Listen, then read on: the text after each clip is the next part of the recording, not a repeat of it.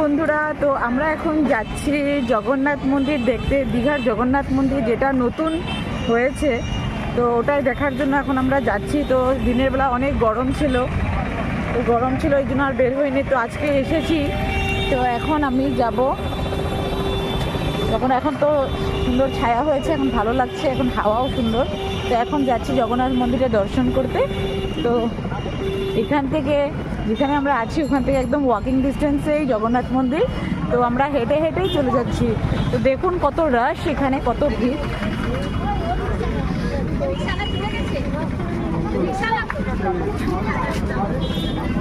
দেখুন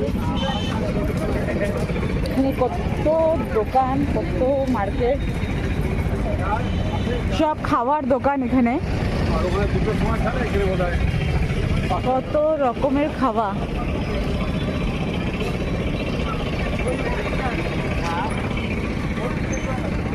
পুরো জমজমাট, আর ভিড়ও মারাত্মক, ভীষণ ভিড়।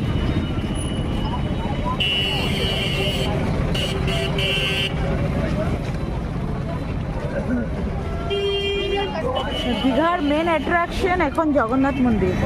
তো এটা দেখার জন্যই সবাই আসে এখানে।